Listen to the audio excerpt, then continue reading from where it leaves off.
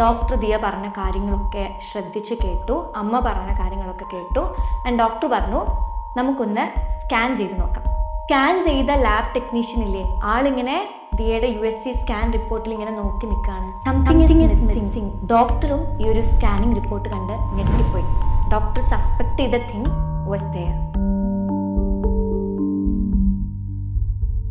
ദിയയുടെ ജെനറ്റിക് ടെസ്റ്റിൻ്റെ റിസൾട്ടൊക്കെ വന്ന സമയത്ത് ഡോക്ടർക്ക് മനസ്സിലായി ദിയയുടെ ജീനോടൈപ്പ് വാസ് XY. പുറത്തുനിന്ന് നോക്കുമ്പോൾ പെർഫെക്റ്റ്ലി ഫീമെയിൽ ആയിട്ടുള്ള, മെയിലിൻ്റേതെന്ന് തോന്നിക്കുന്ന ഒന്നും ഇല്ലാത്ത പെർഫെക്റ്റ്ലി ഫീമെയിൽ ആയിട്ട് തോന്നിക്കുന്ന Diya, inside she was a male. നിങ്ങൾ ബയോളജി പഠിക്കുന്ന കുട്ടികളാണ്, നിങ്ങൾക്കറിയാം ഫീമെയിൽസിൻ്റെ ജീനോടൈപ്പ് XX-ഉം മെയിൽസിൻ്റെ ജീനോടൈപ്പ് XY-യും ആണെന്ന്. ആൻഡ് ഡോക്ടർ ഇത് ദിയയുടെ അടുത്തും അമ്മയുടെ അടുത്തും പറഞ്ഞപ്പം അവർ literally ഷോക്ക്ഡായിപ്പോയി.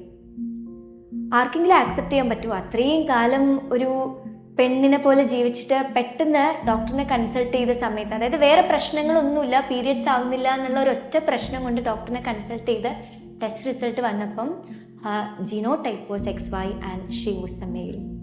And what happened in the situation, അതാണ് ഞാനിന്ന് നിങ്ങൾക്ക് പറയാൻ പോകുന്നത്. ദിയ അമ്മയുടെ ഗർഭപാത്രത്തിലായിരുന്ന സമയത്ത്, അതായത് ഒരു ഫീറ്റസ് ആയിട്ടിരിക്കുന്ന സമയത്ത്, നമുക്കറിയാം ദിയയുടെ ക്രോമസോംസ് ആക്ച്വലി XY ആയിരുന്നു. ദിയയുടെ ഉള്ളിൽ Y ക്രോമസോം ഉണ്ട്. ഈ Y ക്രോമസോം SRY എന്ന് പറയുന്ന ഒരു ജീന് പ്രൊഡ്യൂസ് ചെയ്യും. ഈ SRY ജീൻ ഉള്ളത് കൊണ്ട് തന്നെ ദിയയിൽ ഓട്ടോമാറ്റിക്കലി ടെസ്റ്റിസ് ഡെവലപ്ഡ് ആവും. അതായത് ദിയ ആക്ച്വലി ഒരു മെയിലാണ്. ദിയയുടെ ഉള്ളിൽ, ദിയയുടെ അബ്ഡോമനിൽ ടെസ്റ്റിസ് ഉണ്ട്. നിങ്ങൾക്കറിയാം ഒരു ആൺകുട്ടി ഫീറ്റസ് ആയിരിക്കുന്ന സമയത്ത്, അല്ലെങ്കിൽ ഗർഭപാത്രത്തിന്റെ ഉള്ളിലായിരിക്കുന്ന സമയത്ത് ടെസ്റ്റിസ് അബ്ഡോമനിലായിരിക്കും ഉണ്ടാവുക. അല്ലെങ്കിൽ ഒരു 8th or 9th month of intrauterine ലൈഫിലാണ് ഈ ടെസ്റ്റിസ് അബ്ഡോമനിൽ നിന്ന് ഇൻഗ്വൈനൽ കനാലിൽ കൂടെ ഇറങ്ങി പുറത്തേക്ക് വന്നിട്ട് ജനൈറ്റൽ സാക്കിലോട്ടൊക്കെ വന്നെത്തുന്നത്. അപ്പൊ ദിയയുടെ കേസിൽ ആക്ച്വലി അബ്ഡോമനിൽ ടെസ്റ്റിസ് ഉണ്ട്. ആൻഡ് ടെസ്റ്റിസിലുള്ള ഒരു ടൈപ്പ് ഓഫ് സെൽസ് ആണ് Sertoli cells. Sertoli cells produce ചെയ്യുന്ന ഒരു ഫാക്ടറാണ് മുള്ളേറിയൻ ഇൻഹിബിറ്റിംഗ് ഫാക്ടർ. എല്ലാ മെയിൽസിലും ഈ Mullerian inhibiting factor intrauterine ലൈഫിലൊക്കെ produce ചെയ്യപ്പെടുന്നുണ്ട്. അപ്പൊ ഈ MIF ആണ് ovary, uterus, fallopian tube, upper vaginal tract, ഇങ്ങനത്തെ കാര്യങ്ങളൊക്കെ ഡെവലപ്പ് ആവുന്നത് ഇൻഹിബിറ്റ് ചെയ്യുന്ന ഫാക്ടറാണ് മുള്ളേറിയൻ ഇൻഹിബിറ്റിംഗ് ഫാക്ടർ. അപ്പൊ ദിയയുടെ കേസിൽ MIF പ്രൊഡ്യൂസ് ആവുന്നത് കൊണ്ട് തന്നെ ovary, uterus, fallopian tube, upper vaginal tract ഇതൊന്നും പ്രൊഡ്യൂസ് ആവുന്നില്ല. ആൻഡ് നിങ്ങൾ നോട്ട് ചെയ്യണം, ഈ MIF has no effect on lower vagina. അപ്പോൾ ദിയയുടെ കേസിൽ ആക്ച്വലി ലോവർ വെജൈന പ്രൊഡ്യൂസ്ഡ് ആവുന്നുണ്ട്. അതായത് പുറത്തുനിന്ന് നോക്കുന്ന സമയത്ത് എക്സാക്ട്ലി ലൈക്ക് ഫീമെയിൽ ആയിരിക്കും. അപ്പൊ ദിയയുടെ കേസിൽ എന്താ സംഭവിച്ചതെന്ന് നമുക്ക് നോക്കാം. ഈ പേഷ്യന്റിന്റെ ബോഡിയിലുള്ള ടെസ്റ്റിസ് നോർമൽ എമൗണ്ടിൽ ആൻഡ്രോജൻസ് അല്ലെങ്കിൽ ടെസ്റ്റോസ്റ്റിറോൺ പ്രൊഡ്യൂസ് ചെയ്യുന്നുണ്ട്. ആൻഡ് ടെസ്റ്റോസ്റ്റിറോൺ അതിന്റെ റിസെപ്റ്റേഴ്സിൽ പോയിട്ട് ആക്ട് ചെയ്യുന്ന സമയത്താണ് മെയിലിൻ്റെതായിട്ടുള്ള ക്യാരക്ടറിസ്റ്റിക്സ് ഒക്കെ ബോഡിയിൽ കാണുന്നത്. അതായത് ടെസ്റ്റോസ്റ്റിറോൺ ആൻഡ്രോജൻസ് പ്രൊഡ്യൂസ് ചെയ്യുന്നുണ്ട്. ആൻഡ് ആ ആൻഡ്രോജൻസിന്റെ എഫക്റ്റ് കാരണമാണ് ഈ ടെസ്റ്റിസ് പുറത്തേക്ക് ഇറങ്ങി വരുന്നതും ആൻഡ് കംപ്ലീറ്റ്ലി ഒരു മെയിലായിട്ട് ആ കുട്ടി മാറുകയൊക്കെ ചെയ്യുന്നത്. പക്ഷേ ദിയയുടെ കേസിൽ everything was okay except one thing. ദിയയുടെ ബോഡിയിലുള്ള സെൽസിന് ഒരു വലിയ കാര്യം മിസ്സിംഗ് ആയിരുന്നു. അതായത് ദിയയുടെ ബോഡിയിൽ പ്രൊഡ്യൂസ് ചെയ്യുന്ന ആൻഡ്രോജൻസിന് ആക്ട് ചെയ്യേണ്ട റിസെപ്റ്റേഴ്സ് വർ മിസ്സിംഗ്. ഈ ഒരു അവസ്ഥയുടെ പേരാണ് ആൻഡ്രോജൻ ഇൻസെൻസിറ്റിവിറ്റി സിൻഡ്രോം. അതായത് ആൻഡ്രോജൻസ് ആളുടെ ബോഡിയിൽ നോർമൽ എമൗണ്ടിൽ പ്രൊഡ്യൂസ് ആവുന്നുണ്ട്, പക്ഷേ ജസ്റ്റ് പ്രൊഡ്യൂസ് ആയതുകൊണ്ട് മാത്രം ഈ ആൻഡ്രോജൻസ് അല്ലെങ്കിൽ ടെസ്റ്റോസ്റ്റിറോൺ കൊണ്ട് ഒരു കാര്യമില്ല.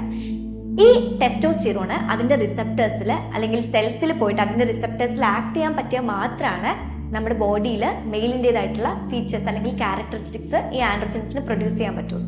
അപ്പൊ ദിയയുടെ കേസിൽ everything was okay except missing these receptors. Receptors ഇല്ലാത്തത് കൊണ്ട് തന്നെ ഈ ടെസ്റ്റോസ്റ്റിറോൺ പ്രൊഡ്യൂസ്ഡ് ആയിട്ട് പോലും അതിന് ഒരു ആക്ഷനും ഇല്ലാണ്ടായിപ്പോയി.